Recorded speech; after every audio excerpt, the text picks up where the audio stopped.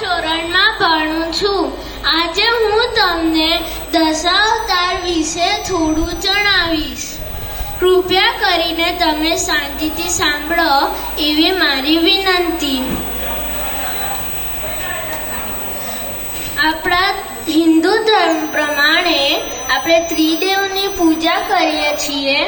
બ્રહ્મા, વિષ્ણુ, મહેશ.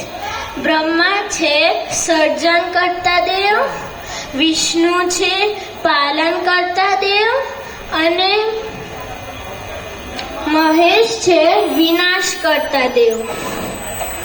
જ્યારે ધરતી પર અધર્મ અને પાપનું પ્રમાણ વધે છે, સમયે વિષ્ણુ ભગવાન તેમના અવતાર લે છે. વિષ્ણુ ભગવાનનો પ્રથમ અવતાર મત્સ્ય અવતાર. ઘણા વર્ષો પહેલા પૃથ્વી ઉપર પાપ અને અધર્મનું પ્રમાણ વધી ગયું હતું. એટલે શંકર ભગવાને ધરતીનો નાશ કરવાનું નક્કી કર્યું હતું.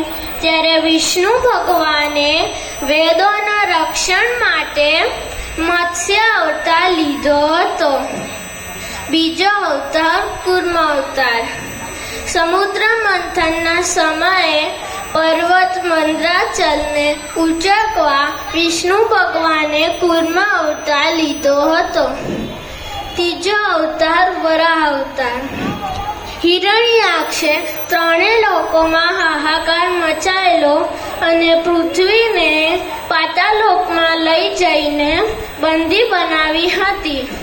વિષ્ણુ ભગવાને પૃથ્વીને આઝાદ કરવા વરાહ અવતાર લીધો હતો. ચોથો અવતાર નરસિંહ અવતાર. હિરણ્યકશ્યપુએ ત્રણેય લોકોમાં હાહાકાર મચાવેલો હતો અને પોતાને જ ભગવાન માનવા લાગેલો અને બધાને જોર જબરજસ્તી પૂજા ભગવાનના જેમ કરાવતો હતો.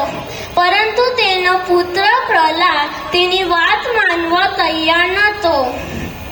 તે વિષ્ણુ ભગવાનની પૂજા કરતો હતો.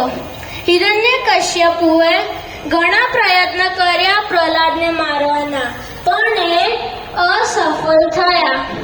હિરણ્યકશ્યપુને બ્રહ્માજીથી આ વરદાન મળેલું: ના એ આકાશમાં મરી શકે, ના જમીન, ના કોઈ અસ્ત્રથી, ના કોઈ શસ્ત્રથી, ના કોઈ અસુર, ના કોઈ પશુ,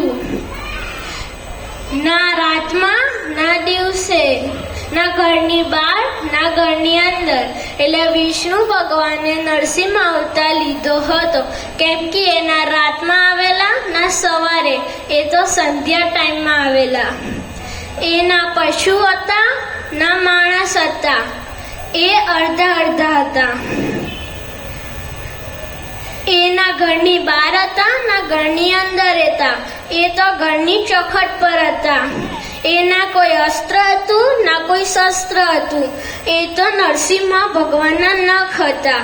પછી નરસિંહ ભગવાને હિરણ્યકશ્યપુનું એમના નાખૂનથી હિરણ્યકશ્યપુનું વધ કરી દીધું.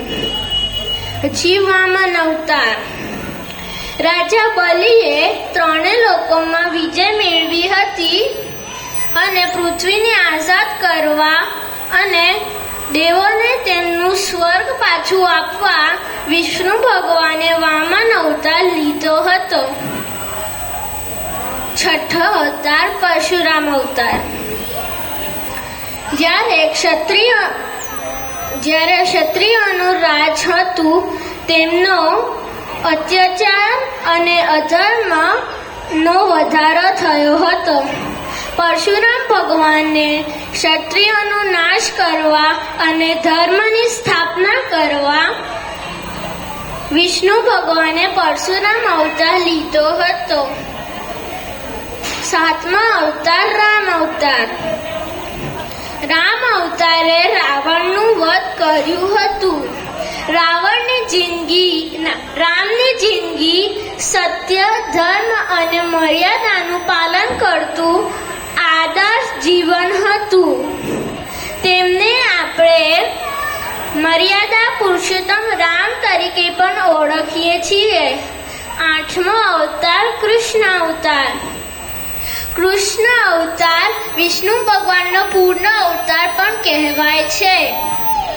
કૃષ્ણ ભગવાને અર્જુનને ધર્મ અને કર્મ વિશે જ્ઞાન આપ્યું હતું. એને આપણે ભગવદ્ ગીતા પણ કહીએ છીએ.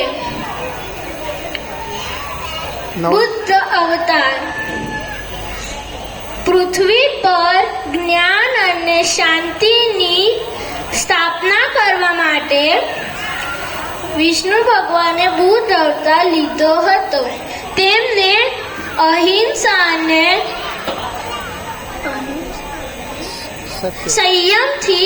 સંયમનો સંદેશો આપ્યો હતો. 10મો કલ્કી અવતાર.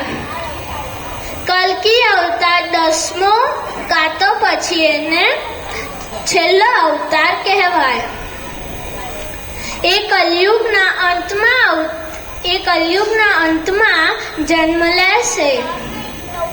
કલયુગ અધર્મનું અને પાપનું નાશ કરશે.